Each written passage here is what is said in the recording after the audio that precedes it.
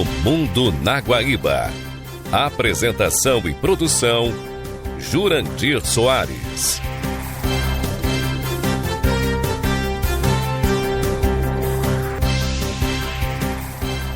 Boa noite. Estamos começando a reapresentação do programa O Mundo na Guaíba. 4 de janeiro do novo ano. E ao mesmo tempo queremos aproveitar para desejar a todos aqueles que nos acompanham um ano de muitas felicidades e muitas realizações.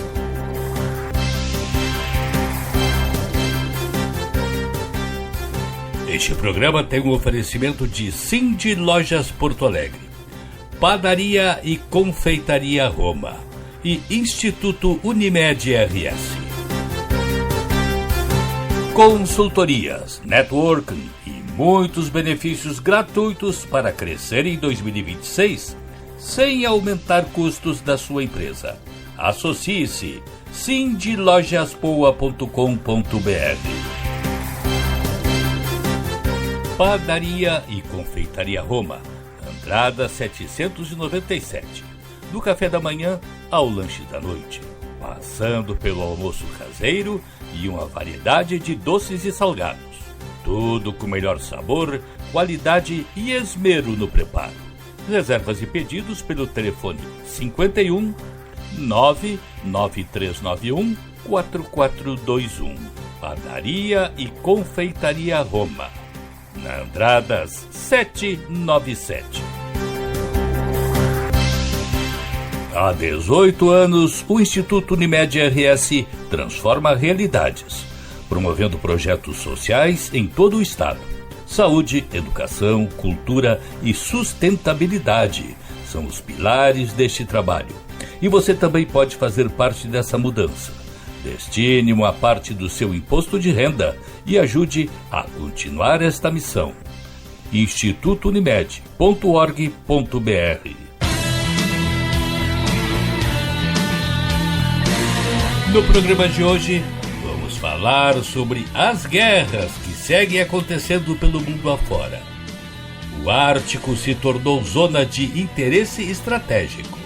A cobiça pelo nióbio brasileiro. A ameaça ao capitalismo decorrente da inteligência artificial. E o que esperar deste novo ano?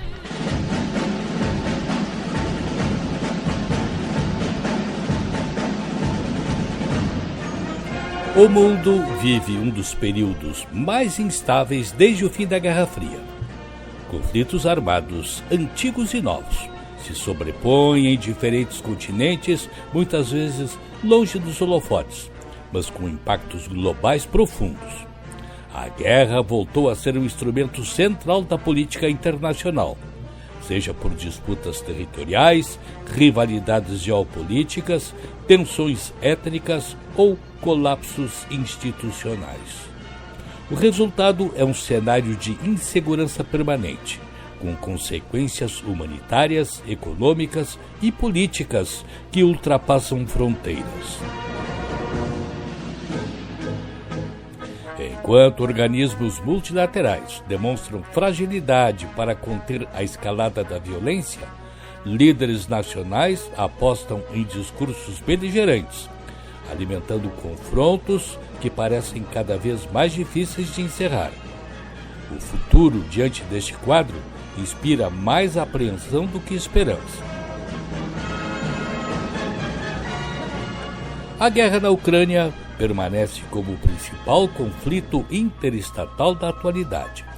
Quase 4 anos após a invasão russa, o país segue devastado, com cidades destruídas, milhões de deslocados e uma economia sustentada artificialmente pela ajuda externa.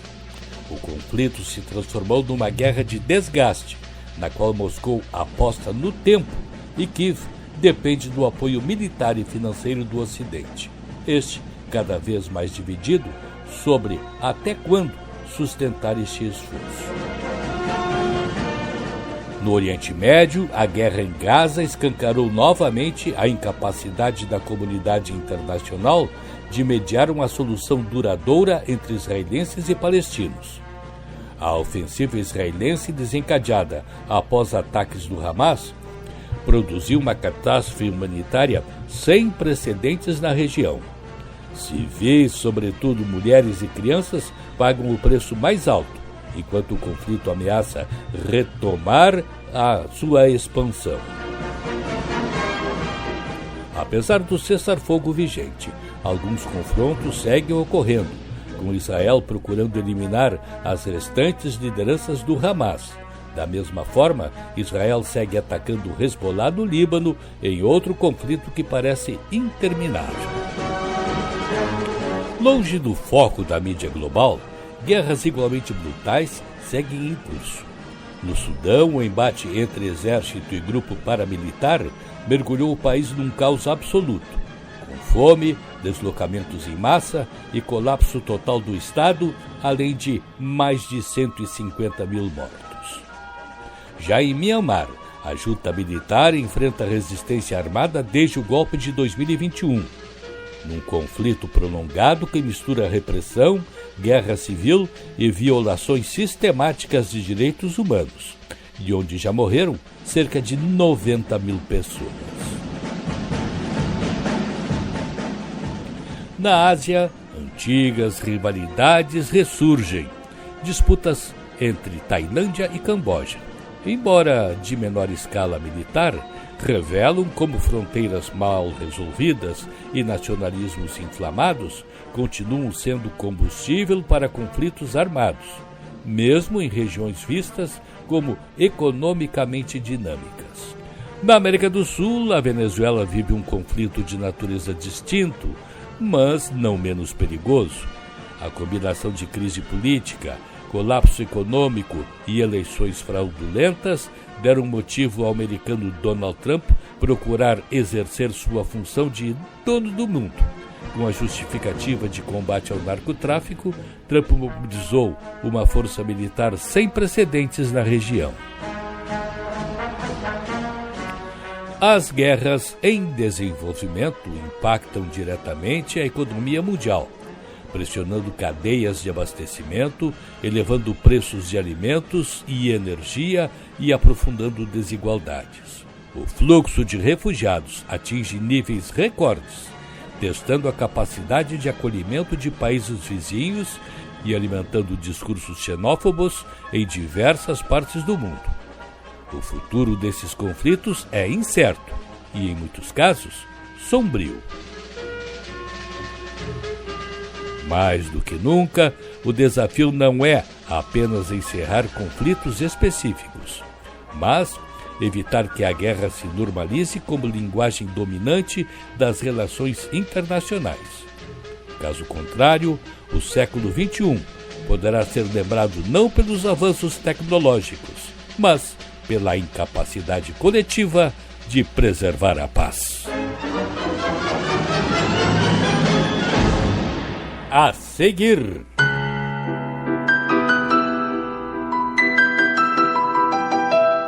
Ártico se tornou zona de interesse estratégico.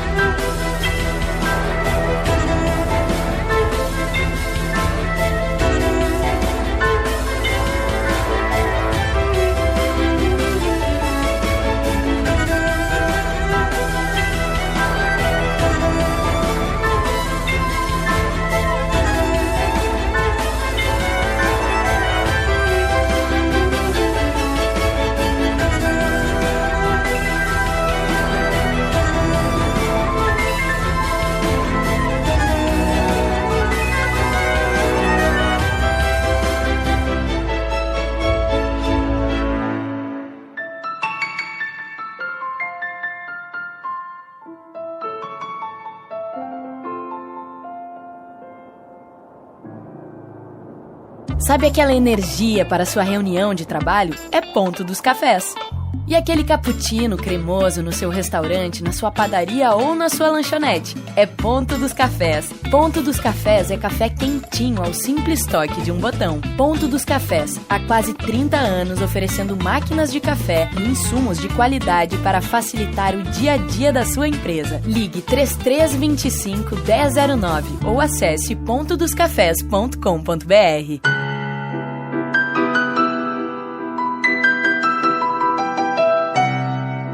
Estamos apresentando O Mundo na Guaíba.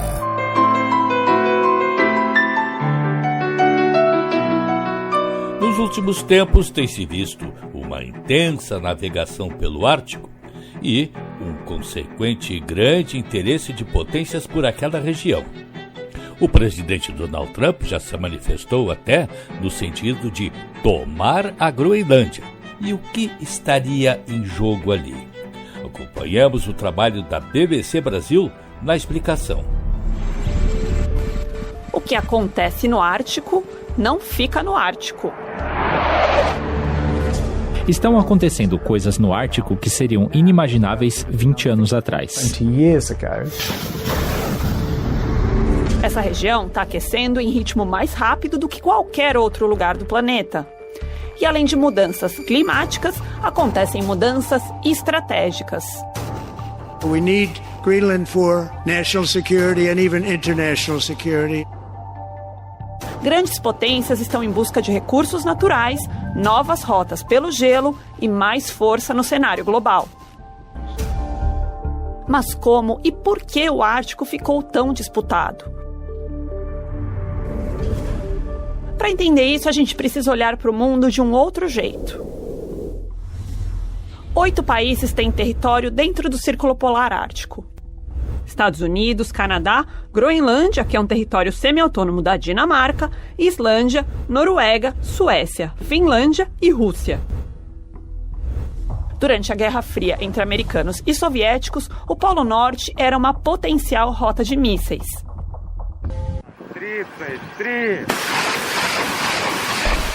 Em 2022, a Rússia reacendeu as disputas da Guerra Fria.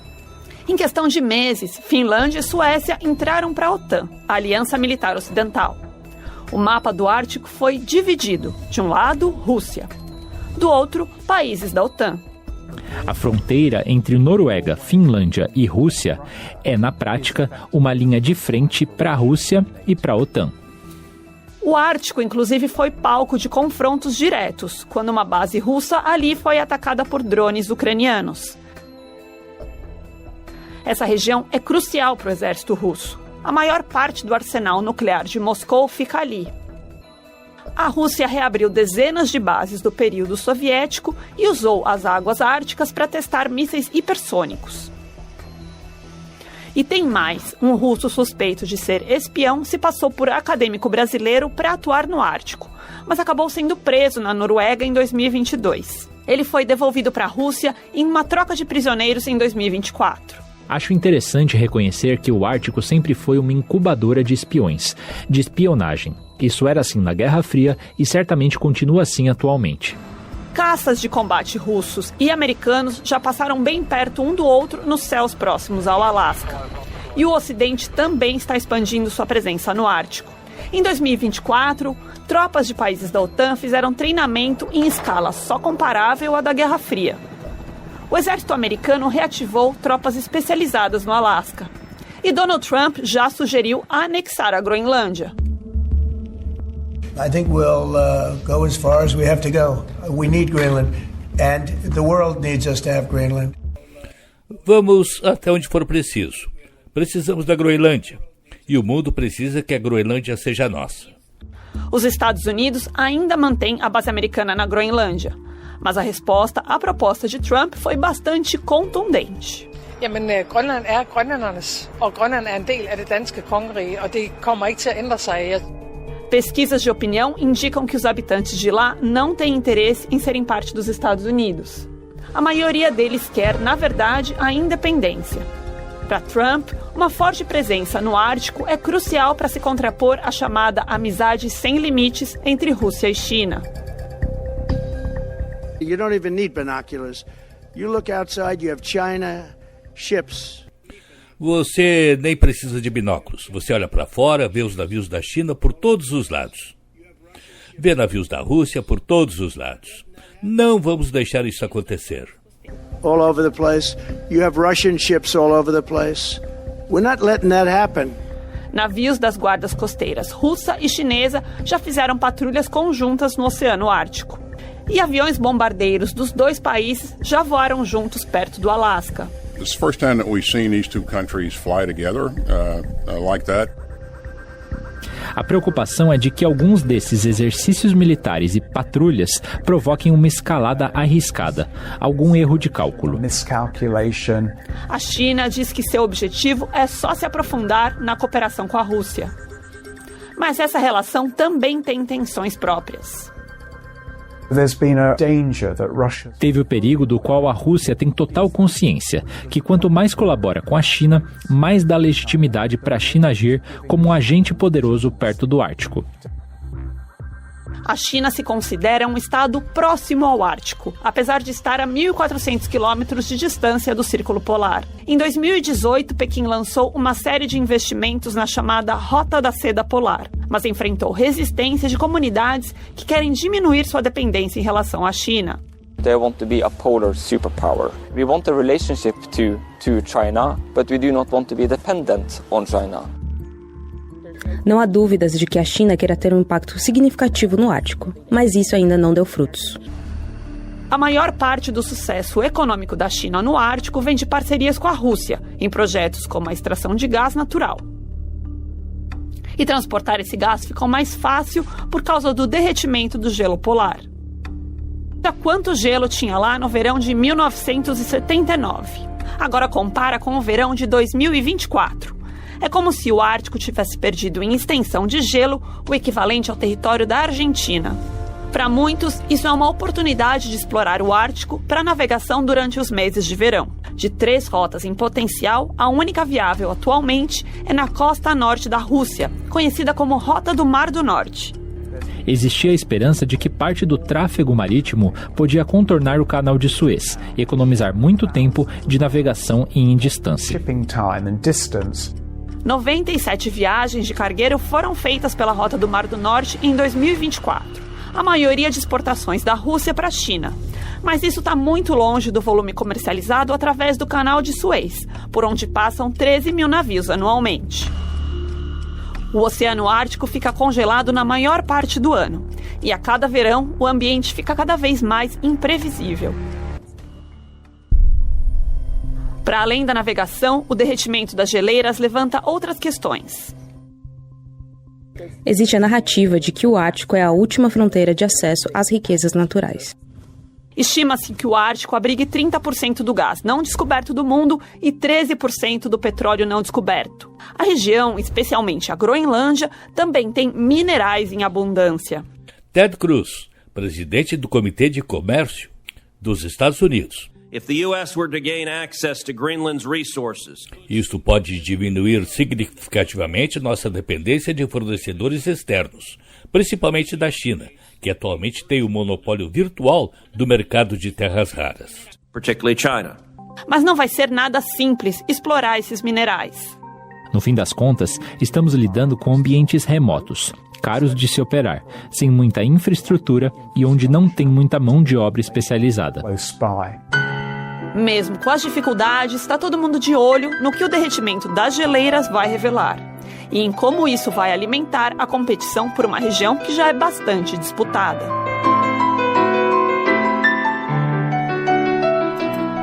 A seguir,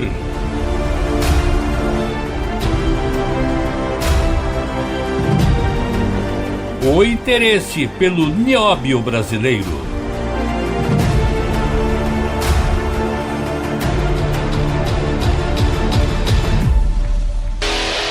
Lutar é minha profissão e minha paixão. Minha rotina é treinar muito, pois o meu objetivo é vencer. Em 2017, fui campeão em 2 categorias diferentes, na China e na Sérvia. Na China foi inesquecível, porque eu fiz 2 lutas em uma noite, em uma categoria que eu nunca havia lutado. Todos os dias quando eu acordo, tomo café com a minha família, levo minha esposa para o trabalho e só depois eu vou fazer meu primeiro treino. Minha experiência como professor veio só depois de 10 anos que eu comecei a lutar. Eu quero ter uma equipe de ponta e ver meus alunos campeões internacionais. Eu sou Adriano Balbi, campeão internacional de MMA. Sou professor faixa preta de jiu-jitsu. Eu nasci para treinar, lutar e vencer. Eu sou a Universal. Estamos apresentando O Mundo na Guaíba. Dentre as tantas questões que levantaram polêmicas entre o Brasil e os Estados Unidos, uma delas diz respeito aos minerais estratégicos, especialmente o nióbio, do qual o Brasil é um dos maiores produtores mundiais. E é um dos produtos que interessa vivamente aos Estados Unidos. E um produto também que já vem tendo alguma proteção do governo Lula. Mas o que é o nióbio e qual a sua importância? Camila Veras Mota, da BBC Brasil, nos explica. O Brasil concentra 92% da produção global de nióbio, um metal com um mercado relativamente pequeno, mas extremamente importante para as indústrias militar e aeroespacial. Ganhou popularidade na última década depois de ter sido reiteradamente defendido por Jair Bolsonaro como recurso estratégico para o país. Precisamos sim um vale do nióbio em nosso Brasil. A escalada de tensão ante a proximidade do início do tarifaço americano sobre o Brasil trouxe o nióbio de volta ao debate público. O encarregado de negócios da Embaixada Americana no Brasil manifestou interesse dos Estados Unidos em minerais estratégicos brasileiros, incluindo o nióbio, ao que o presidente Lula reagiu. Nós temos todos os minerais ricos que vocês querem para proteger e aqui ninguém põe a mão. Esse país é do povo brasileiro. Mas ainda antes disso, tinha gente nas redes sociais sugerindo usar o nióbio como arma para negociar com os Estados Unidos. Faz sentido essa ideia? Os Estados Unidos não são nem de longe o principal mercado do nióbio brasileiro. Estão ali em quarto lugar, com 7% do total, empatados com Singapura e atrás de Coreia do Sul, Holanda e China, o maior consumidor. Isso porque a maior aplicação do nióbio hoje é na indústria siderúrgica e a grande produção global de aço está concentrada na Ásia. Como o nióbio é um metal de baixa densidade e bastante resistente, ele é muito usado combinado ao aço na indústria da construção e no setor automotivo. Vai no chassi do carro e nas barras de segurança que protegem os passageiros, por exemplo, e no caso da construção, é ótimo para reduzir o uso de cimento, que é um dos maiores causadores do efeito estufa. E não precisa de muito. Segundo o professor Hugo Sandin, da Escola de Engenharia de Lorena da USP, adicionando 200 gramas por tonelada de aço, você já dobra ou triplica a resistência mecânica dele. A indústria siderúrgica usa principalmente o ferro-nióbio, uma liga do metal com ferro que é uma das principais formas como o nióbio é vendido hoje. Mas ele também existe como óxido de nióbio, um pó usado em lentes e baterias de carros elétricos,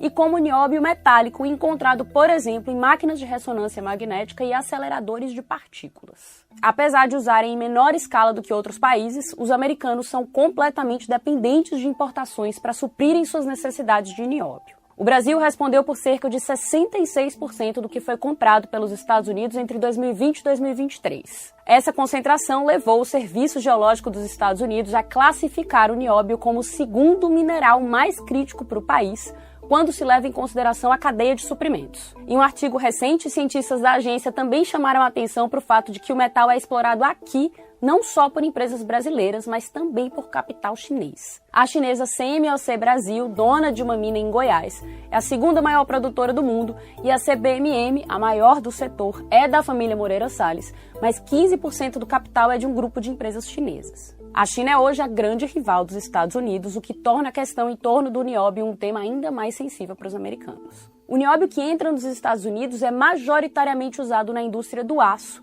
mas eu quero chamar a atenção para outra aplicação, no setor aeroespacial. Além de forte e mais leve e menos denso do que outros metais, o nióbio é resistente a temperaturas até 2.400 graus Celsius, o que faz dele um elemento extremamente importante na construção de turbinas para aviões e foguetes. Isso começou ainda na Guerra Fria, na década de 60. Partes do foguete que levou o homem à Lua em 1969 foram feitas com uma liga de nióbio batizada de C-103, usada até os dias de hoje. E aí entra um elemento importante na discussão sobre o nióbio como recurso estratégico. A depender da aplicação, ele pode ser substituído por materiais como titânio, vanádio e molibdênio, ainda que esse não seja um processo simples. Isso é possível, por exemplo, na área de construção civil. Já para o setor aeroespacial, é difícil encontrar uma alternativa. Hugo Sandin, professor da Escola de Engenharia da USP.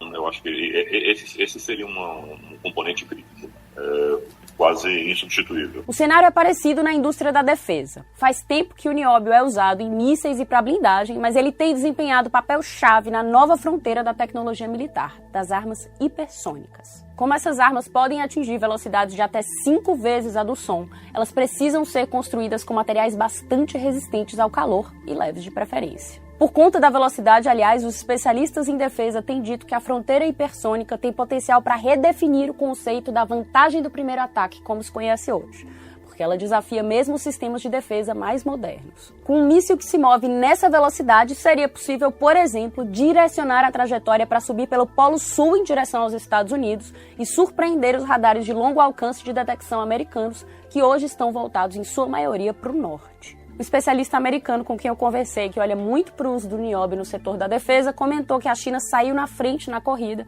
mas que os Estados Unidos têm investido nessa área e se preparam para levar as primeiras armas a campo.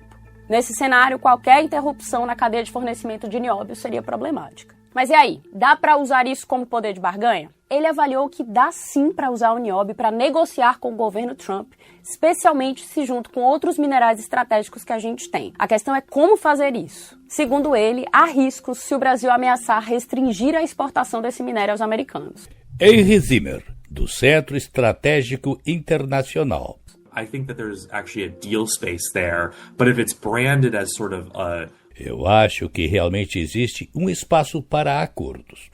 Mas, se isso for rotulado como uma espécie de ameaça que o Brasil está retendo, então isso vai gerar muito mais complicações. That's going to run into a lot more complications. O professor Hugo Sandin também disse acreditar que retaliar seria uma estratégia arriscada. A gente não pode, uma negociação nessa escala, com tanta gente envolvida, com tantos setores afetados, responder na mesmíssima moeda. A China esteve em uma posição parecida com a do Brasil meses atrás. O país restringiu as vendas de terras raras para os americanos, mas arrefeceu a retórica e acabou fechando acordo com eles em junho. Henry Zimmer, do Centro Estratégico Internacional. However, it wasn't the threat, or it wasn't necessarily the pain. No entanto, não foi a ameaça nem necessariamente a dor que fez Trump recuar. Foi a capacidade de apresentar isso como uma espécie de vitória para o governo. Package it as some sort of a win for the administration.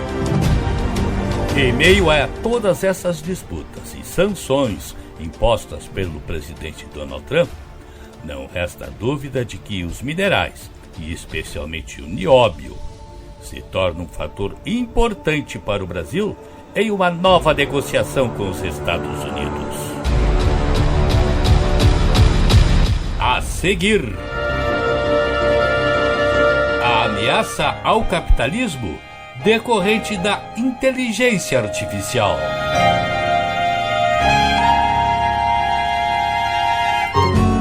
Padaria e Confeitaria Roma, na Andradas 797. Do café da manhã ao lanche da noite, passando pelo almoço caseiro e uma variedade de doces e salgados. Tudo com o melhor sabor, qualidade e esmero no preparo. Reservas e pedidos pelo telefone 51 993 91 44 21. Padaria e Confeitaria Roma, na Andradas 797.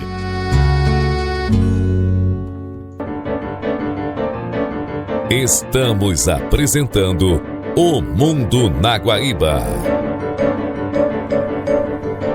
A chinesa Yubitech exibiu recentemente um vídeo com um exército de robôs marchando, tentando demonstrar que aquele grupo poderá realizar o trabalho de uma centena de pessoas sem custos salariais.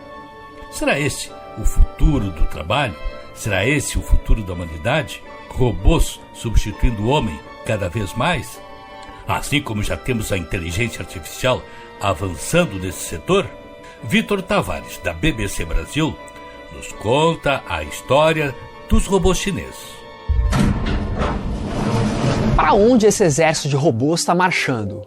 Será que para um lugar em que eles vão ocupar os nossos empregos? A chinesa Yubitech viralizou recentemente com esse vídeo promocional mostrando uma espécie de operário comandado por inteligência artificial que trabalha 24 horas por dia e troca a própria bateria. Além do lançamento desse humanoide que não se cansa, algumas notícias de 2025 alimentaram uma ansiedade que não é de hoje. A inteligência artificial e os robôs são uma ameaça para o trabalho humano? Em outubro, os Estados Unidos tiveram o maior corte de vagas para o mês em 22 anos, e a IA foi apontada como um dos motivos. Para os próximos anos, a Amazon estaria planejando trocar 500 mil de trabalhadores por robôs, segundo uma reportagem do New York Times. Oficialmente, a empresa diz que essa é apenas uma possibilidade discutida internamente. Mas não são só os empregos de fábrica que estão em risco. De engenheiros da computação a programadores, passando por publicitários e roteiristas de cinema, várias profissões já estão na mira da IA. Eliminar gastos com mão de obra, claro, pode aumentar de forma significativa a margem de lucro das empresas. Mas será que essa lógica uma hora não se voltaria contra elas?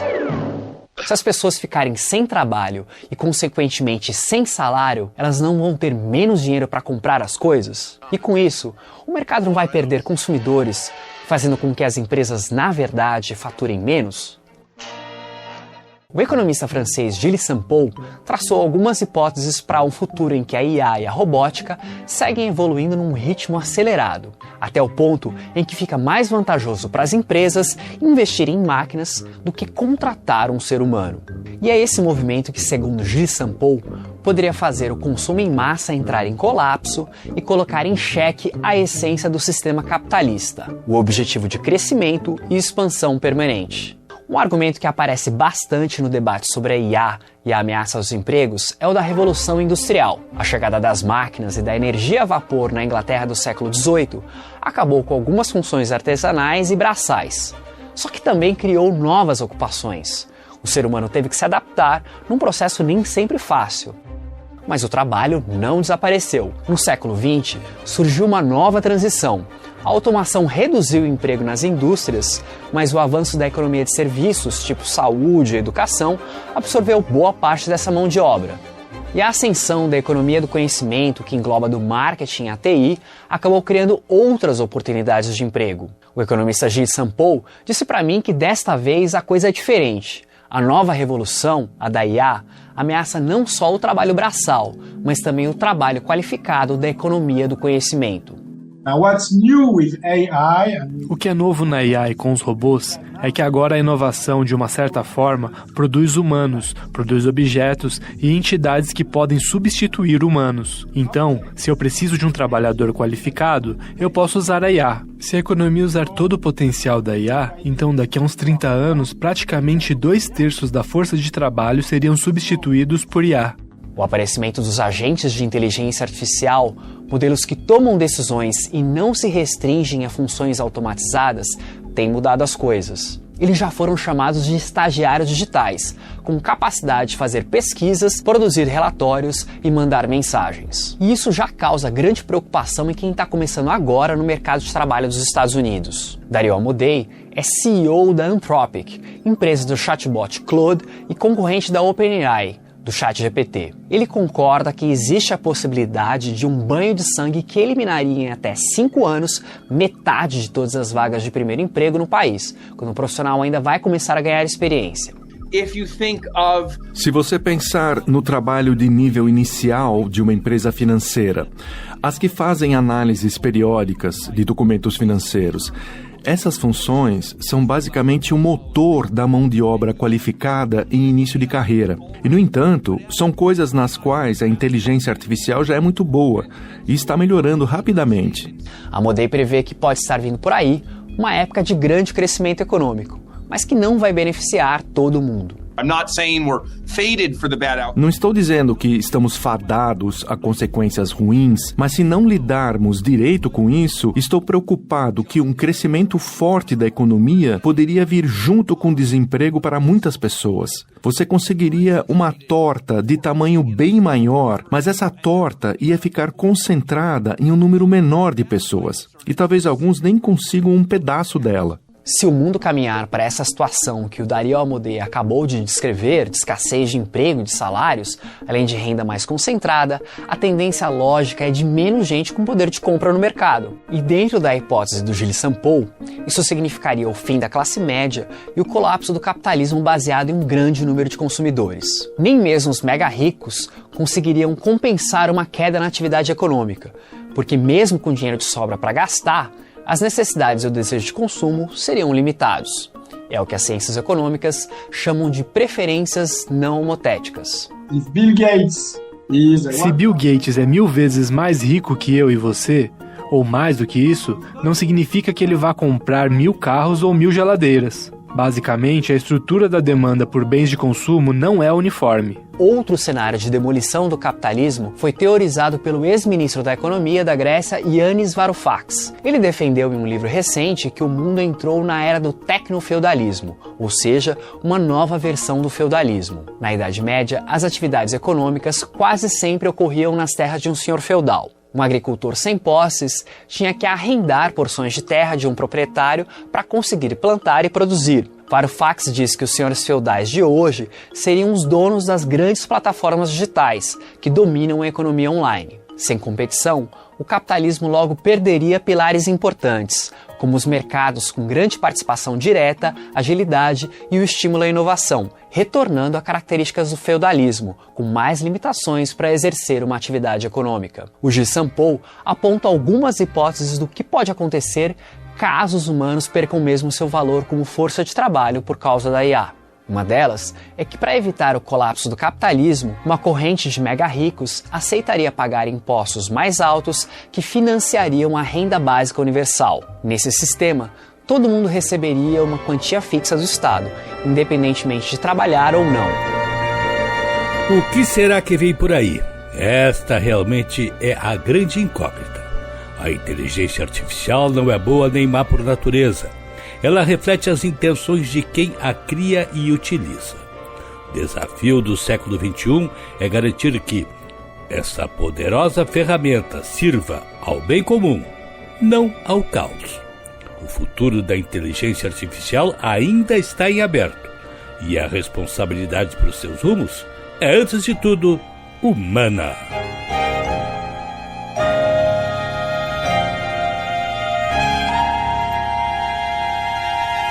A seguir,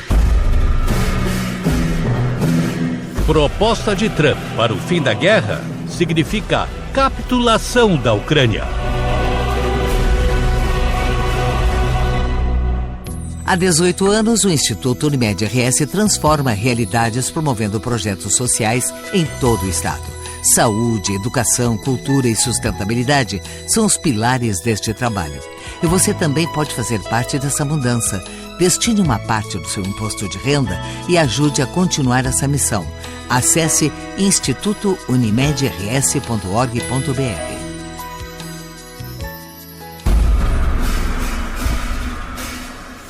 Estamos apresentando O Mundo na Guaíba.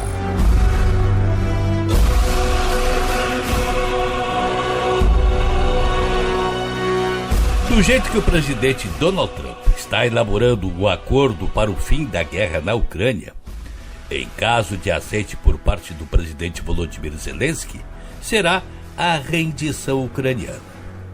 Pelo que Trump já combinou previamente com Vladimir Putin, ao longo de uma conversa telefônica de 1h30 no domingo 28, a Ucrânia terá que entregar territórios, inclusive áreas que a Rússia ainda não tomou. Com isso, estaria premiando o invasor, que viola a lei, inclusive a Carta das Nações Unidas, que veda a tomada de territórios pela força, algo que a Europa, contrária a este acordo, tem cansado de destacar, sempre no entendimento de que, se Putin ganhar esta parte da Ucrânia, e irá mais longe. Nesta segunda-feira, Trump recebeu em Mar-a-Lago, na Flórida, o presidente ucraniano Volodymyr Zelensky. O aperto de mãos desta vez foi na Flórida. Volodymyr Zelensky foi a Mar-a-Lago, na residência de Donald Trump, que ficou conhecida como a Casa Branca do Inverno, lugar que o atual presidente prefere passar o fim de dezembro, quando o frio toma conta da capital americana. O senhor vai encontrar Vladimir Putin logo? Perguntou a repórter. Donald Trump respondeu que depende. O líder russo falou por telefone com o presidente americano antes da chegada de Zelensky. Acredito que temos os elementos para um acordo, mas esta guerra é a mais difícil, disse Trump. Concordamos com 90% do plano. Em relação às garantias de segurança para a Ucrânia, concordamos em 100%, garantiu Zelensky. Um dos principais entraves da proposta, que inclui 20 pontos, são os territórios invadidos pela Rússia e que a Ucrânia estaria disposta a ceder para colocar fim ao conflito, que se arrasta há quase 4 anos. Nesta segunda-feira, a Rússia acusou Kiev de tentar atacar a residência de Vladimir Putin, algo que a Ucrânia nega. Fiquei sabendo disso pelo próprio presidente Putin. Isso não é bom, fiquei muito irritado com isso, afirmou Trump.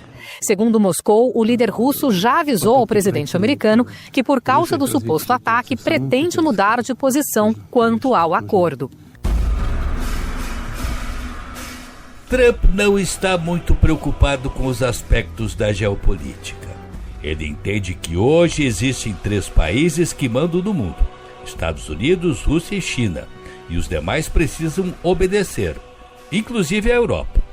E seu pensamento está muito mais voltado para os negócios, sem se preocupar com perdas territoriais por parte de um país subalterno. Tanto que, ao receber o presidente Zelensky em Mar-a-Lago, disse que a guerra precisa parar para acabar com as mortes e retomar os negócios. E foi explícito ao dizer que, com a Ucrânia, já havia acertado a troca de dívida que o país tem para com os Estados Unidos por terras raras. O desejo é retomar também o comércio com a Rússia.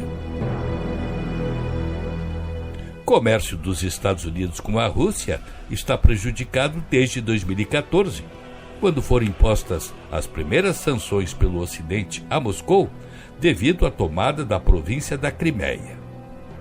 Um ano antes, o comércio bilateral chegou a 23 bilhões de dólares. Os Estados Unidos importando majoritariamente petróleo e gás, além de metais, pedras preciosas, fertilizantes, ferro e aço. E já as exportações dos Estados Unidos para a Rússia envolviam máquinas, equipamentos de transportes e produtos químicos.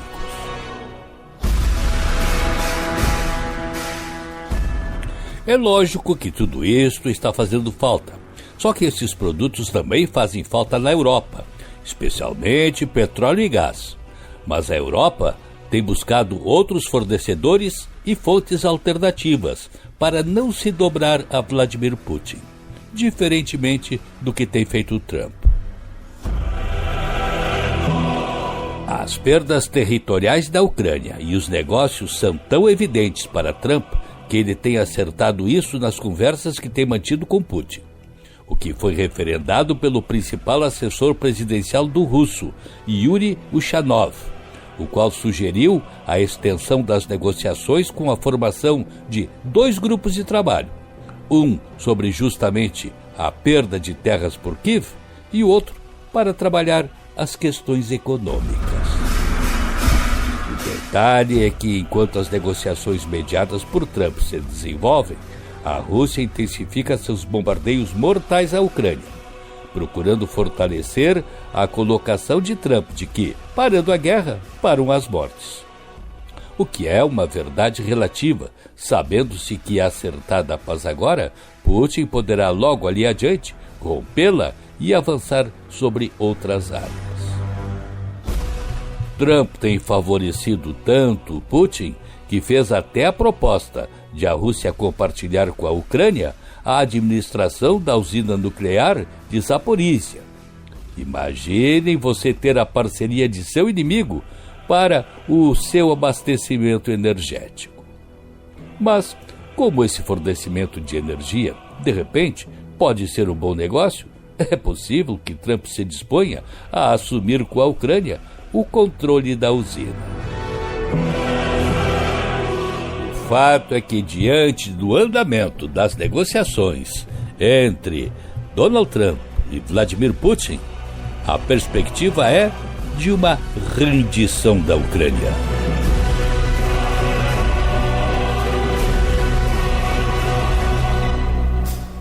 A seguir,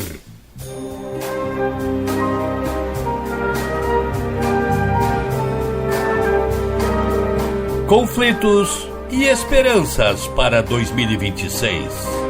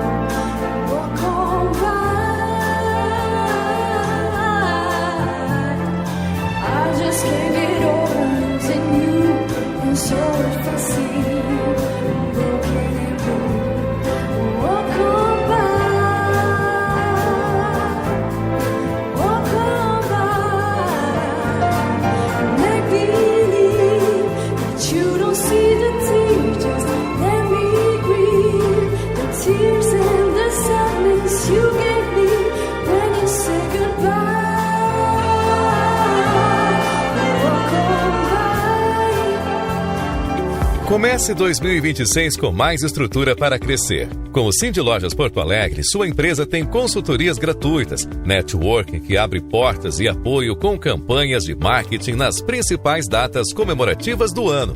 É mais suporte, mais estratégia e mais oportunidades para você evoluir sem aumentar os custos.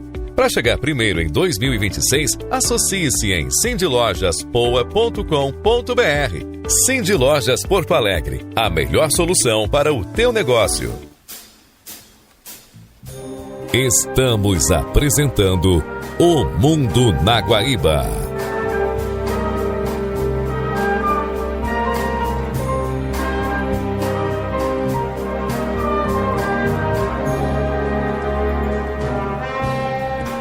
O ano de 2026 se anuncia sob o peso de uma herança incômoda. O mundo chega a esse novo ciclo depois de atravessar um período marcado por guerras prolongadas, radicalismos políticos em ascensão, disputas comerciais agressivas, sanções econômicas em cadeia e uma rivalidade cada vez mais explícita entre as grandes potências. O ambiente internacional parece cansado, mas não necessariamente disposto a mudanças. A pergunta que se impõe é direta: há espaço para uma amenização dos conflitos ou o planeta seguirá girando no mesmo eixo de tensão permanente? Os conflitos armados que se arrastam por anos entraram numa fase de desgaste humano, econômico e diplomático. Em diferentes regiões, guerras deixaram de ser episódios excepcionais para se tornarem parte da paisagem cotidiana. Em 2026 não há sinais claros de soluções rápidas, mas começa a surgir uma pressão silenciosa. A fadiga das sociedades envolvidas e o custo crescente para quem financia e sustenta esses confrontos.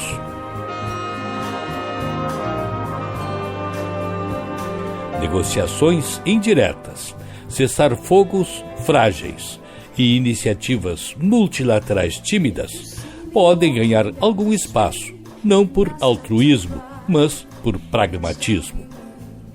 Manter guerras abertas tornou-se caro demais, inclusive para potências que delas se beneficiam estrategicamente. Ainda assim, esperar grandes acordos de paz seria ilusório. O mais provável é um cenário de conflitos congelados, menos intensos, porém longe de resolvidos. O radicalismo político continua sendo um dos maiores fatores de instabilidade. A polarização extrema, alimentada pelas redes sociais, desinformação e discursos identitários, segue moldando eleições e governos. Em 2026, o fenômeno não parece desaparecer, mas pode perder parte do ímpeto. A experiência recente mostrou que promessas simplistas raramente se sustentam diante da realidade econômica e social. Há sinais de que parcelas do eleitorado começam a buscar discursos menos incendiários e mais pragmáticos, sobretudo diante da inflação persistente, do desemprego e da insegurança social. Ainda assim, o radicalismo não recua por completo. Ele se adapta, muda de linguagem e continua sendo uma ferramenta poderosa para lideranças que prosperam no conflito permanente.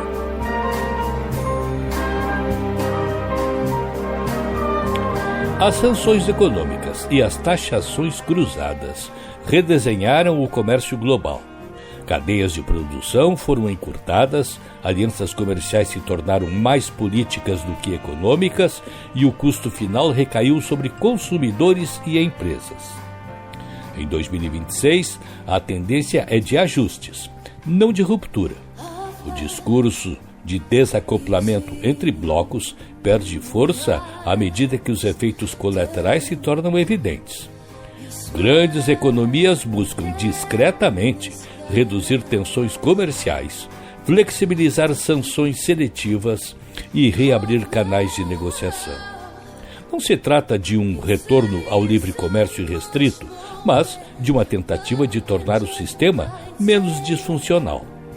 A economia global precisa respirar, e isso pode forçar gestos de distensão, ainda que limitados. A disputa entre as grandes potências segue sendo o eixo central da instabilidade mundial. Em 2026, dificilmente haverá uma reaproximação genuína entre rivais estratégicos. O que pode ocorrer é uma gestão mais cuidadosa do conflito, com linhas vermelhas mais claras e maior esforço para evitar confrontos diretos.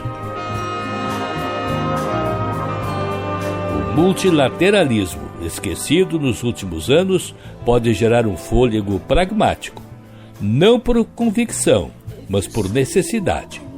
Fóruns internacionais voltam a ser usados como espaços de contenção, ainda que sem grandes ambições transformadoras.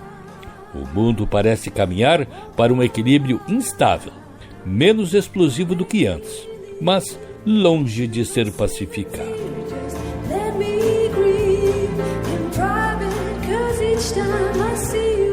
No fim das contas, 2026 não promete um mundo melhor, mas talvez um mundo um pouco menos desordenado. A expectativa realista não é de paz plena, e sim de uma leve redução do ruído, da intensidade dos confrontos e do discurso beligerante. Se isso acontecer, já será, para os padrões atuais, um avanço considerável.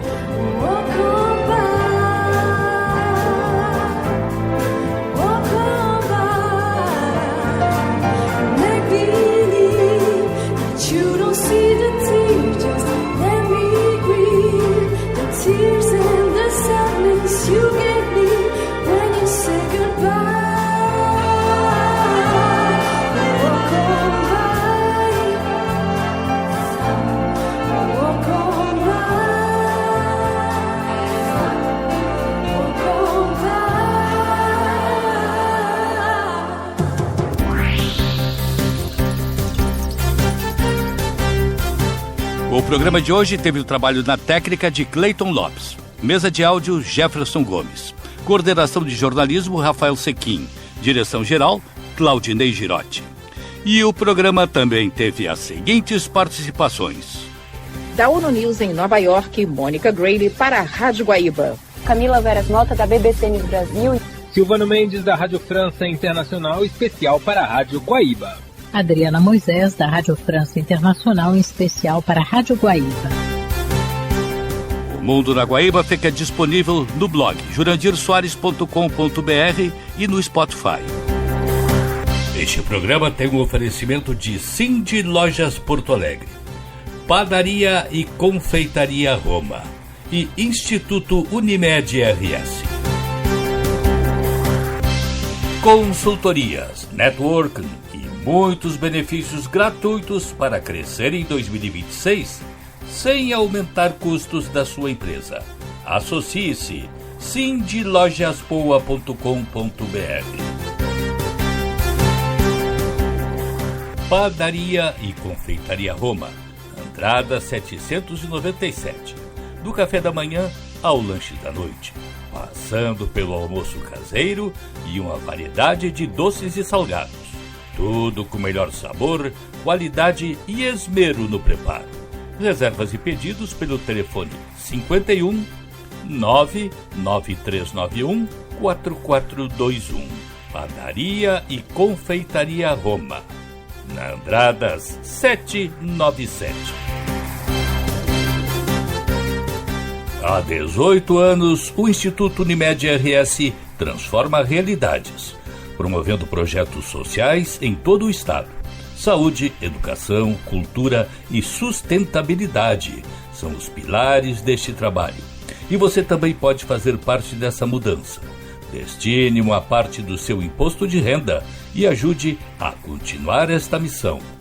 institutounimed.org.br. Quero aproveitar para agradecer a honrosa sintonia que tive ao longo deste ano. Convidá-los a continuarem nos acompanhando neste 2026. Com o desejo que este novo ano seja de muitas realizações, de felicidade plena e de muita confraternização. Feliz Ano Novo! Você ouviu O Mundo na Guaíba. Apresentação e produção Jurandir Soares.